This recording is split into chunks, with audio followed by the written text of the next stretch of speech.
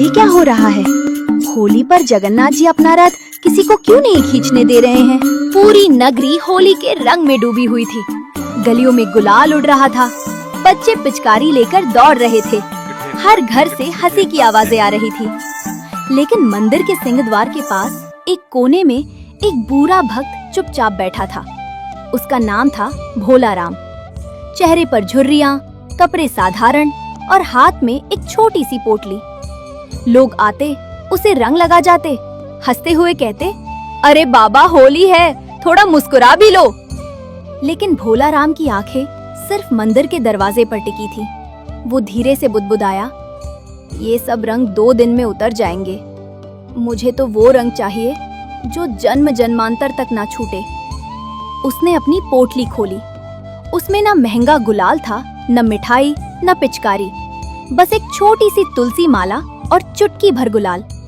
उसने मंदिर की ओर देखते हुए कहा, प्रभु, इस बार अगर होली खेलनी है तो आप मेरे साथ खेलना।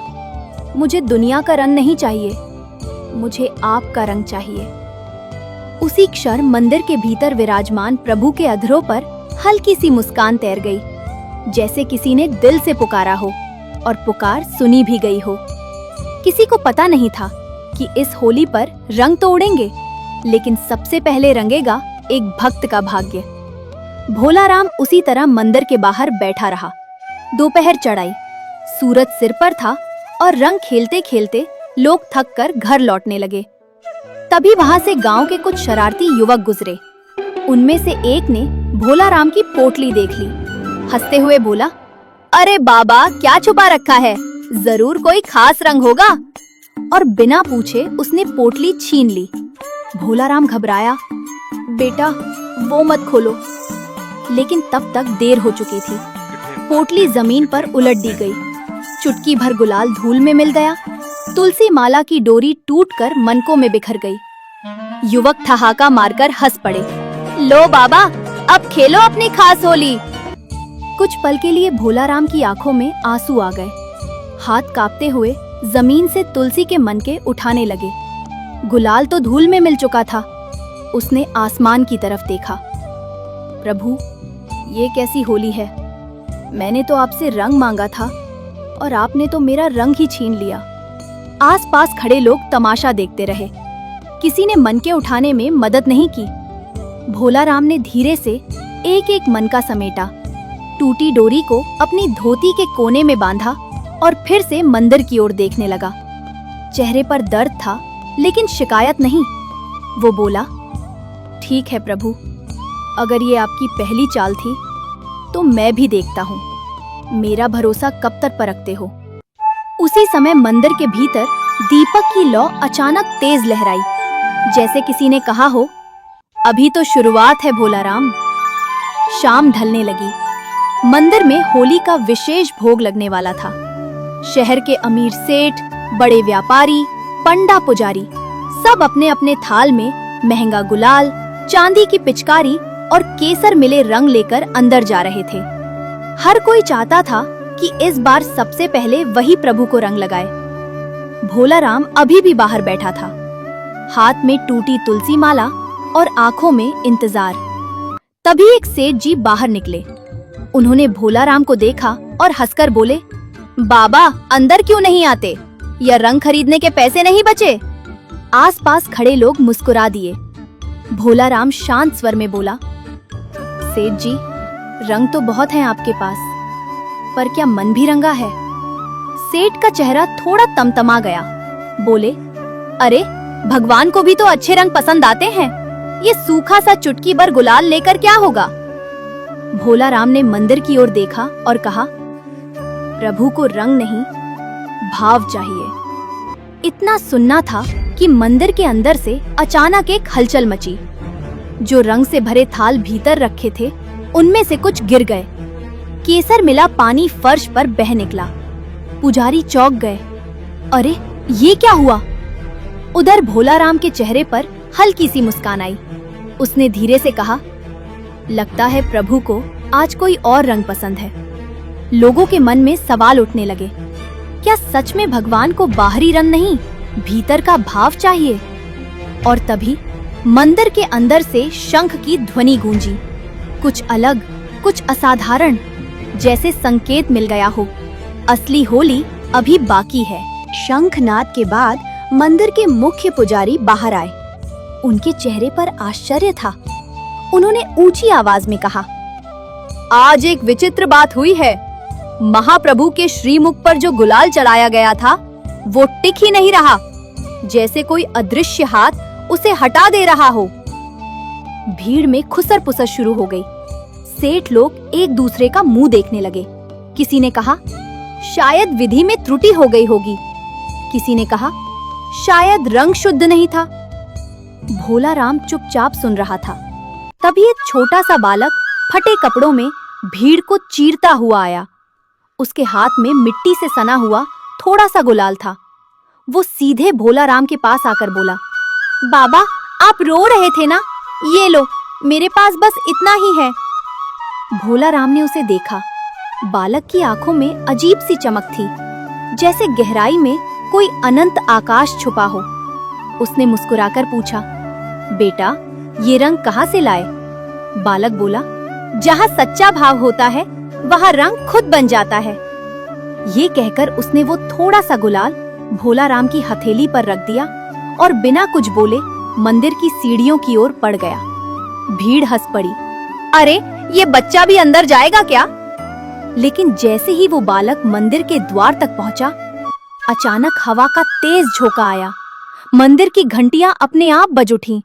दीपक की लौ सीधी ऊपर उठ गई और सबकी आंखों के सामने वो बालक जैसे प्रकाश में विलीन हो गया। भीड़ सन्न रह गई। भोला राम के हाथ में रखा गुलाल अब साधारण नहीं था। उससे हल्की हल्की चंदन और तुलसी की सुगंध आ रही थी। भोला राम की आंखों से आंसू बह निकले। वो कांपती आवाज में बोला, प्रभु, आप खुद रंग लेकर आए थे। मंदिर के भीतर से फिर शंख बजा। इस बार ध्वनि में करुणा थी और अपनापन। आज होली की दिशा बदल चुकी थी। भोला राम कांपते हाथों से वो चुटकी भर गुलाल लेकर मंदिर की सीढ़ियां चढ़ा। भीड़ अब मजाक नहीं उड़ा रही थी। सब चुप थे, जैसे किसी अनदेखी शक्ति ने सबको रोक दिया हो। मुख्य पुजारी भी हैरान थे, लेकिन उन्होंने रास्ता दे दिया। भोला राम ने दूर से ही फोल्डेड हाथ जोड़े और बोला, प्रभु, ये रंग मेरा नहीं है, ये आपका है। अगर स्वीकार हो तो खुद लगा लेना। इतना कहकर उसने हवा में हल्का सा गुलाल उछाला और तभी गुलाल सीधा जाकर भगवान के श्रीमुख पर ठहर गया। न गिरा न बहा, बल्कि पूरा विग्रह जैसे हल्की लाल आभा से दमक उठा। भीड़ से एक साथ आवाज निकली, जय हो। सेठ, व्यापारी सब स्तब्ध। जिनके रंग टिक नहीं रहे थे वो देख रहे थे कि एक चुटकी भाव ने सबको पीछे छोड़ दिया। भोला राम की आंखों से आंसू बह रहे थे। वो बोला, अब रंग गया हूँ प्रभु। अब चाहे जीवन फीका हो जाए, मन नहीं फीका पड़ेगा। उसी क्षण मंदिर में ढोल नगाड़े गूंज उठे। होली अब शुरू हुई थी, लेकिन इस बार रंग बाहर नहीं, भीतर चढ़ रहा था। भीड़ जयकारे लगा ही रही थी कि अचानक आसमान पर बादल छा गए। तेज हवा चली, रंग उड़कर बिखरने लगे। कुछ ही पलों में बारिश शुरू हो गई। लोग भागने लगे। अरे, रंग खराब हो जाएगा। सेठ लोग अपने महंगे वस्त्र बचाने लगे, लेकिन भोला राम वहीं खड़ा रहा। बारिश तेज हुई। भगवान के श्रीमुख पर लगा गुलाल भीगने लगा। सब सोच रहे थे, अब उतर जाएगा। भोला राम ने आंखें बंद कर ली। बोला, प्रभु, अगर ये रंग सच में आपका है तो पानी क्या बिगाड़ेगा। कुछ क्षण बाद बारिश थम गई। लोगों ने देखा, मूर्ति पूरी भीग चुकी थी, लेकिन लाल आभा वैसी ही चमक रही थी। भीड़ में सन्नाटा छा गया। तभी भीतर से पुजारी की आवाज आई, आज महाप्रभु ने स्वयं होली खेली है। भोला राम समझ गया, परीक्षा अभी खत्म नहीं हुई, ये तो बस भरोसे की मुहर थी। बारिश थम चुकी थी, लेकिन भीड़ अब भी स्तब्ध खड़ी थी। सबकी नजर भोला राम पर थी। सेठ धीरे से उसके पास आया और बोला, बाबा, ये कैसे हुआ? भोला राम हल्का मुस्कुराया, जब मन भीग जाता है ना, तब रंग नहीं उतरता। उसकी आवाज में घमंड नहीं, बस सच्चाई थी। उसी समय मंदिर के अंदर से पुजारी ने घोषणा की कि आज विशेष प्रसाद पहले भोला राम को दिया जाएगा। भीड़ में हलचल हुई। जो लोग सुबह उसका मजाक उड़ा रहे थे, वही अब उसके चरण छूने को आगे बढ़ने लगे। भोला राम एक कदम पीछे हट गया, बोला, मुझे मत छुओ। अगर सच में कुछ पाना है तो अपने मन को रंगो। उसकी आंखें फिर मंदिर की ओर उठी। अब वो रंग मांग नहीं रहा था, वो रंग चुका था। और शायद आज पूरी नगरी को समझ आ गया था, होली बाहर नहीं, भीतर खेली जाती है। शाम ढलने लगी। मंदिर में आरती की तैयारी हो रही थी। तभी मुख्य पुजारी ने सबको चौंकाते हुए कहा, आज महाप्रभु का आदेश है, जो भी सच्चे मन से रंगा है वही रथ की पहली रस्सी छुएगा। भीड़ में हलचल मच गई। हर कोई आगे बढ़ना चाहता था। सेठ, व्यापारी, युवक सब एक दूसरे को धकेलने लगे। लेकिन तभी रस्सी अचानक हाथ से छूटकर जमीन पर गिर गई, जैसे किसी ने स्वीकार न किया हो। सबकी नजर भोला राम पर गई। वो पीछे खड़ा था, बोला, मैं योग्य नहीं हूँ प्रभु, मैंने तो बस आपको पुकारा था।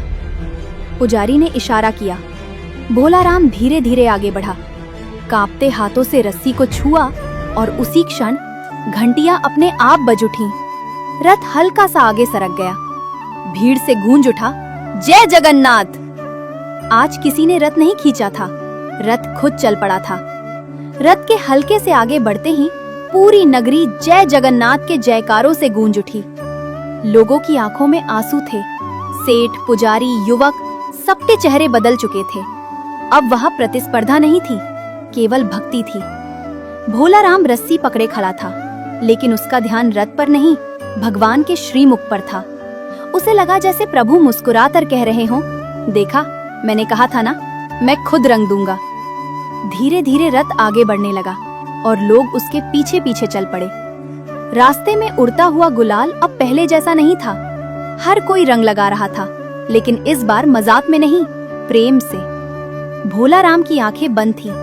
उसके चेहरे पर ऐसी शांति थी जैसे उसे वो मिल गया हो जिसकी उसे तलाश थी। आज उसे समझ आ गया था कि सच्ची होली तब होती है जब भगवान खुद भक्त के जीवन को अपने रंग में रंग दे, और वो रंग कभी फीका नहीं पड़ता।